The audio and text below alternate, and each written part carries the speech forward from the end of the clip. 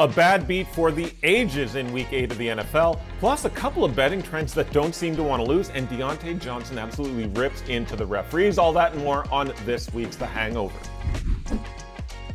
Insane cover for Cardinals bettors on Sunday, but the flip side to that coin is a really bad beat for Ravens bettors. So here's the rundown. Ravens 9.5-point favorites and in control of the game. Gus Edwards scores his third touchdown of the game with just under 3 minutes left. Ravens up 31-15. Cardinals go 10 plays and a $137, ending in a Marquise Brown touchdown, but they missed the 2-point conversion. 31-21, a minute 14 left. They onside kick, recover it, go just 21 yards in 5 plays, kick a field goal, and miss, but a flag on the play results in a re-kick. Then Prater hits the 47-yarder to make it a 7-point game.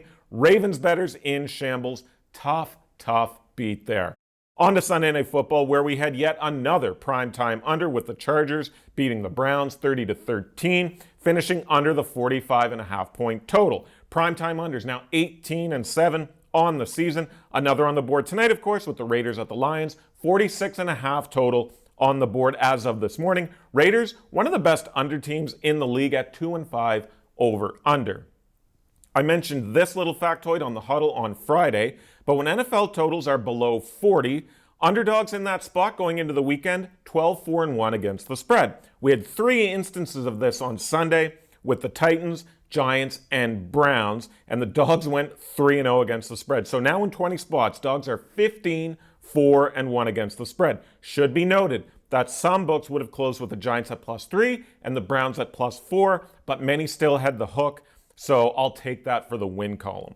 Keep an eye on the Week 9 board because there are some spots again this weekend. Titans again, Vikings, Bucks, and Giants. Couple of games currently sitting at a flat 40, so keep a lookout for this trend in Week 9. Deontae Johnson torn to the refs in their 20-10 loss to the Jags. Deontae said the refs, quote, wanted them to win and called, quote, everything in Jacksonville's favor, and that they even, quote, got paid good. Flags were even in the game, and Jags actually had more penalty yards, but they did flag offsides on a Steelers field goal that pushed it back to 61 yards, which was then missed and did kill a bit of Steelers momentum. Still, not a great look in a year where officiating seems to be getting criticized more than normal. Big news, of course, out of Minnesota with Kirk Cousins going down with a right Achilles tear. Nothing confirmed as of the time of this recording. Just a big blow to the Vikings, who won on Sunday to move to 4-4 after starting the year 0-3. Trade deadline tomorrow, of course, so keep an eye on that one for sure. Who do you think the Vikes move for? Let me know in the comment section down below. Niners, oh my goodness, dropped their 3rd game in a row, both straight up and against the spread, losing 31-17 at home to the Bengals as 4.5-point favorites. 3rd straight loss. Joe Burrow absolutely lit up the Niners secondary, 28 of 32 for 283 yards, 3 TDs, no picks. Fortunately, the Niners have a bye in Week 9. How about Will Levis, though? NFL debut for the Titans as 2.5-point home dogs against the Falcons. In those incredible Oilers throwbacks, dude throws 4 touchdown passes and they win 28-13. Outstanding debut for Levis.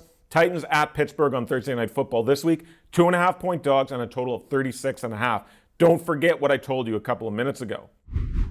Game 3 of the World Series tonight, pivoting to Arizona, all square at 1 game apiece. Scherzer for the Rangers, Brandon Pfaadt for the D-backs. Game is basically a pick. Total is 9. The over is 2-0 in the opening 2 games. Just a note, Pfaadt has 1 start under his belt versus Texas. 4 2/3 innings, 9 hits, 7 runs, all earned. 4 homers, 2 from Josh Young, 1 each from Leody Taveras and Jonah Heim. Now, it was Pfaadt's debut all the way back on May 3rd, but something to consider before making your bet.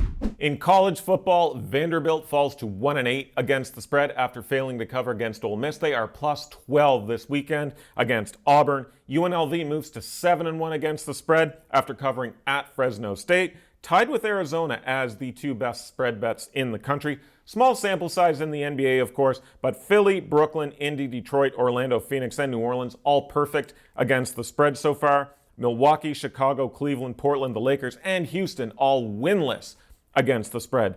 That's it for me on The Hangover. Follow me on Twitter at @chalk_ninja. Make sure you like, share, and subscribe to the YouTube channel so you do not miss anything in the world of sports betting. And make sure you check out our weekly show called The Huddle every Friday on YouTube or wherever you get your podcasts. Thanks for watching. We'll see you on The Huddle.